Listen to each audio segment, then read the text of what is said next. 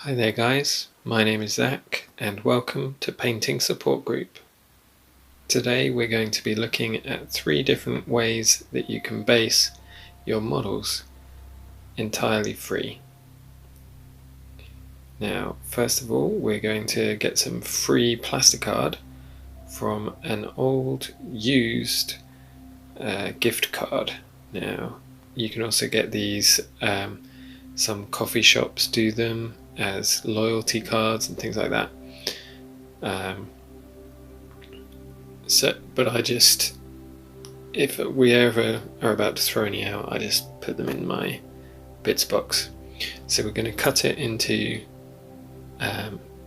squares, and then I'm just trimming the edges so that they're not exactly square and getting the hard edges off, just making it look a little bit more stone-like, because these are going to be our flagstones on this first base. Do make sure that if you're cutting up your wife's next gift card that she has actually used it before you do this, because I don't want to be the person that's caused that problem.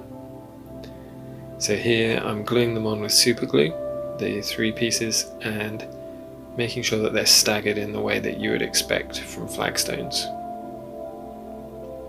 Now we're going to move on to our second base while that dries. So here I've got my collection of found rocks and cork and bark. A lot of these I just pick up from my garden, or if I'm out on a walk, if I think it looks useful. Thick stones with flat edges are really useful because you can glue them down nicely, but for this I'm going to use some bark because I can cut it with a scalpel. So be really careful when you're cutting. Don't apply too much pressure, just slowly do it, break it apart, make it look nice and natural. I'm cutting this with a diagonal so that it can be sticking up out of the ground. Now I'm going to glue it on using some gel super glue. You want to use the gel stuff because as this is a porous material, if you use runny super glue it will run straight in and it won't form a stronger bond. So we're going to use gel super glue here and glue that down on the cut edge. That'll both hide your cut and it'll also make it stick out of the ground nicely, like a little feature rock. Now we're going to go back to our first base and we're going to trim off the edges using some clippers. Now if you don't have clippers you could use some sharp scissors. Make sure you collect all of the little bits so that you can use them for future bases.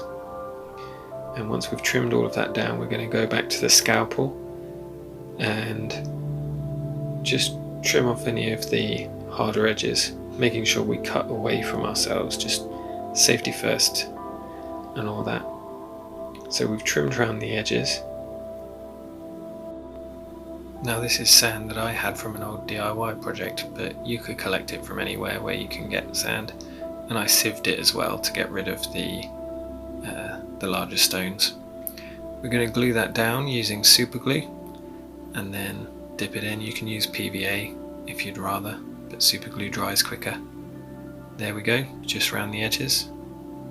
And I've just glued that around the edges in between the cracks just to hide where the base is underneath those flagstones. Now I've undercoated all 3 bases with a Chaos Black spray. Now obviously you've noticed I've only used 2 different basing materials so far, or I've only applied materials. So here's our third option. We're going to get a dark grey paint out. Now if you've only got the Citadel starter set, you can mix your light grey with black to get a nice dark grey to base coat the base here. And I've done 2 thin coats to get a nice solid grey on top of the base. And now I'm going to come in with some sponge. Just ripped off a old sponge that I used for cleaning the car, and we've got some administratum grey there, but any lighter grey would do. And we're going to dab that on to the base to get a nice rocky effect to it, leaving some of the dark grey in various spots around the base. There we go.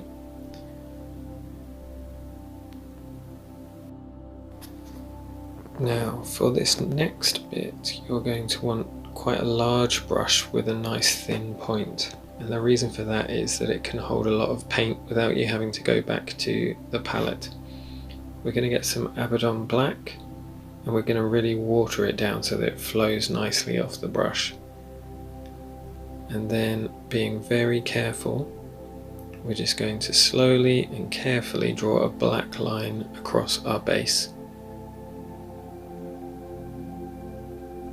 Now, turn it slightly, and again draw a straight line out of that straight black line. Just rounding the corner there a little bit, and then staggering it and drawing another line coming off the other side. Now you can see that this is to create a flagstone effect. Just painting it on there. Now you don't need to do this, you could just leave it as it was just then, but I am now coming back in with that brush and doing some cracks. The real trick to doing this is to anchor both of your hands when you're painting these lines on to stop them from shaking too much. So one hand there is on the table and the other one is anchored to that hand by the little finger there. Just bringing a crack in from the edge as well so they don't all come from the same place. There we go. Right, now I'm going to do a highlight using Pallid Witch Flesh, and that's going to come in. All of the highlights are going to be on one side. And just doing them along the edge of those black lines there, all on one side of the base. And that's quite a stylistic base, but quite effective. Now I'm going to use the same colour scheme to dry brush up the other two bases. So this is, I think it's Mechanicus Standard Grey with Administratum Grey dry brushed over the top.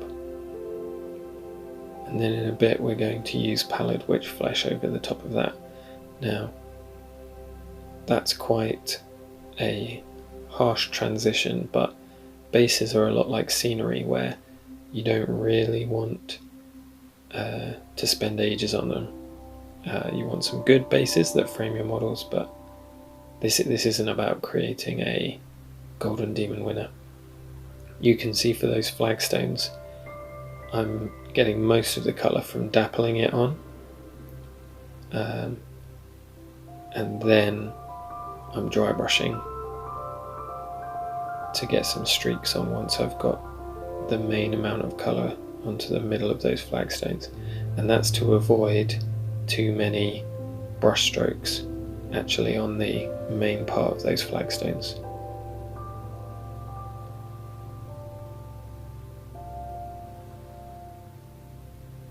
Now we're just going to dry brush it again with a very small amount of Pallid Witch Flesh, and I like to use Pallid Witch Flesh instead of a grey because it's got a small amount of brown in it, which just changes the highlights slightly, takes it out of the same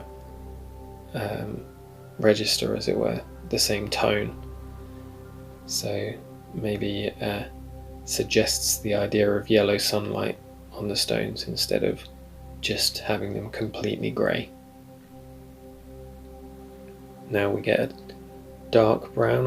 I'm using Dryad Bark here, and I've really, again, this one is actually really watered down to go on to the sand that I've got around the edges of these flagstones. and the reason for that is they're already highlighted with that dry brush. So watering it down just into a glaze means that the brown tints the dry brush and keeps that highlight. Now I'm base coating the brown on the other one. This one is not glazing on, this is just going on straight from the pot actually, because it's not got any detail that it could obscure. And now finally we're going to finish off that middle one with some PVA glue. Some PVA glue and water on an old brush, just spreading it across, making sure we get right to the edges. And then this is just dirt that I've got from my backyard. Another tip for you is, if you are planning on drying out some dirt from your backyard in your oven, make sure you line the cooking tray before you do, or at least make sure your significant other doesn't find you doing it. There we go, just brushing off the edges there. And now we're just going to add some scatter detail. The first of those pots is full of red bush tea, and the second one is full of dried oregano. Again, both things that you might find around the house, but any herbs or spices or teas that you can find will be helpful. And here we're just doing some really watered down PVA in splotches on the base, and then we're going to drop our scatter on top. Again, any herbs or spices or teas can be really good scatter for absolutely free, or at least you've already paid for it, it's in your house. So here are the 3 bases. I've done the scatter on the other 2 ones as well. Let me know in the comments which one you like the best, and big thanks to the guys at Warhammer Weekly for giving me the inspiration for this. Vince did a show on basing and said most of the basing materials you can get are completely free, so that made me think, how about I do a video about 3 free bases? So thank you to those guys, and thank you to you guys for watching this, and I'll see you in my next video.